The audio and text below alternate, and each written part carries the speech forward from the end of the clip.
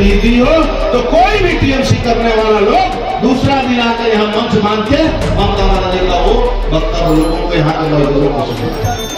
Naihati jute mill শ্রমিকদের বিভিন্ন সুযোগ সুবিধা থেকে বঞ্চনার অভিযোগ তুলে কার্যত হুঁশিয়ারি সুরে আক্রমণ করলেন মিল কর্তৃপক্ষকে। বুধবার বিকেলে নৈহাটি জুট মিলের গেটের সামনে এক বিক্ষোভ সভা অনুষ্ঠিত হয়। ওই বিক্ষোভ সমাবেশে অনুষ্ঠানে উপস্থিত ছিলেন প্রাক্তন সাংসদ অর্জুন সিং, মনোজ ব্যানার্জি, শ্রমিক নেতা ধীরজ ঝা, সন্তোষ রায় সহ অন্যান্য বিজেপি নেতৃত্ব। সংবাদ মাধ্যমের মুখোমুখি হয়ে প্রাক্তন সাংসদ অর্জুন সিং বলেন, মিল কর্তৃপক্ষ শ্রমিকদের পিএফ, ইএসআই, গ্র্যাচুইটি ঠিক মতো দিচ্ছে না। পাশাপাশি হুকুমচাঁদ জুট মিলে একাধিক শ্রমিকের কর্মরত অবস্থায় মৃত্যু হলেও মৃত সব শ্রমিককে আর্থিক সাহায্য করা হচ্ছে না বলে অভিযোগ করেন। দেখুন নৈহাটি থেকে সতীনাথ ভট্টাচার্যর বিস্তারিত রিপোর্ট, আরজি সমাচার। जीती हो तो कोई भी टीएमसी करने वाला लोग दूसरा दिन आकर यहाँ मंच मान के ममता बनर्जी का वो वक्तव्य लोगों को यहाँ के मजदूरों को सुना। एक भी उनका वक्तव्य जूट मिलों के लिए नहीं है। इसलिए नहीं है कि जूट मिल और चाय बागान यही बंगाल में दो इंडस्ट्री बचा हुआ, जिसमें जहां 62 जूट मिल हुआ करती थी, आज 42 जूट मिल चलती है, बाद बाकी जूट मिल बंद हो गया। चाय बागान मोटा मोटी खत्म हो गया, चाय बागान अब बचा नहीं है।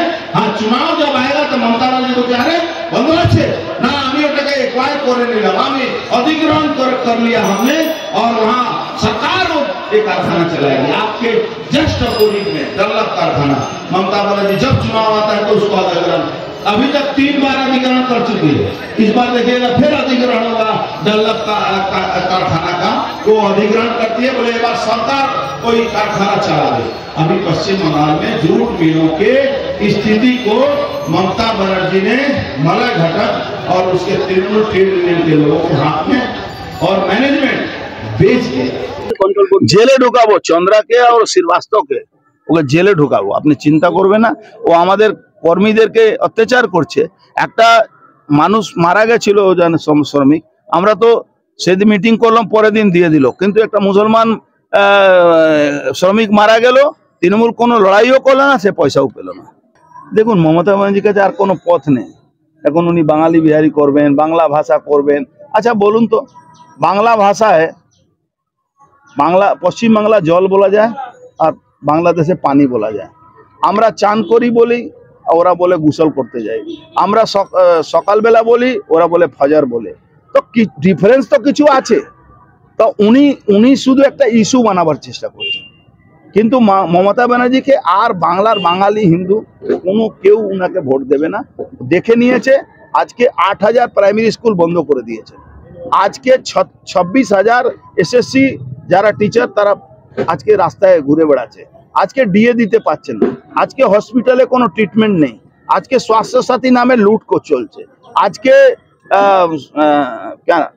যতগুলো ওনার প্রকল্প আছে, আপনি সব প্রকল্পের মধ্যে যেমন মিড ডে মিল কেন্দ্রীয় সরকারের প্রকল্প, সেখানে টাকা চুরি হচ্ছে।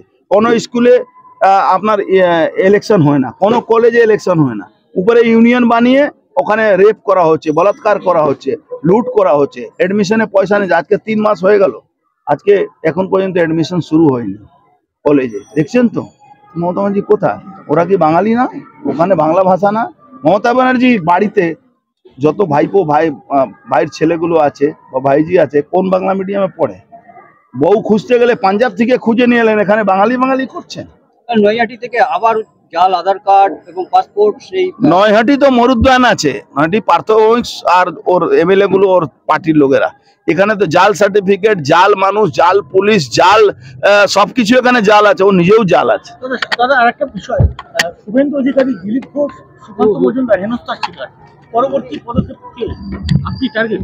এটা তো তৃণমূল বলতে পারবে, কিন্তু ওরা দিলীপ ঘোষ হোক বা শুভেন্দু অধিকারী হোক বা যারা সুকান্ত মজুমদার হোক, তারা তাদের উপরে যে অ্যাটাক হলো, তারা তো সহ্য করেছে। ভাই আমার উপরে অ্যাটাক করলে আমি সহ্য করি না।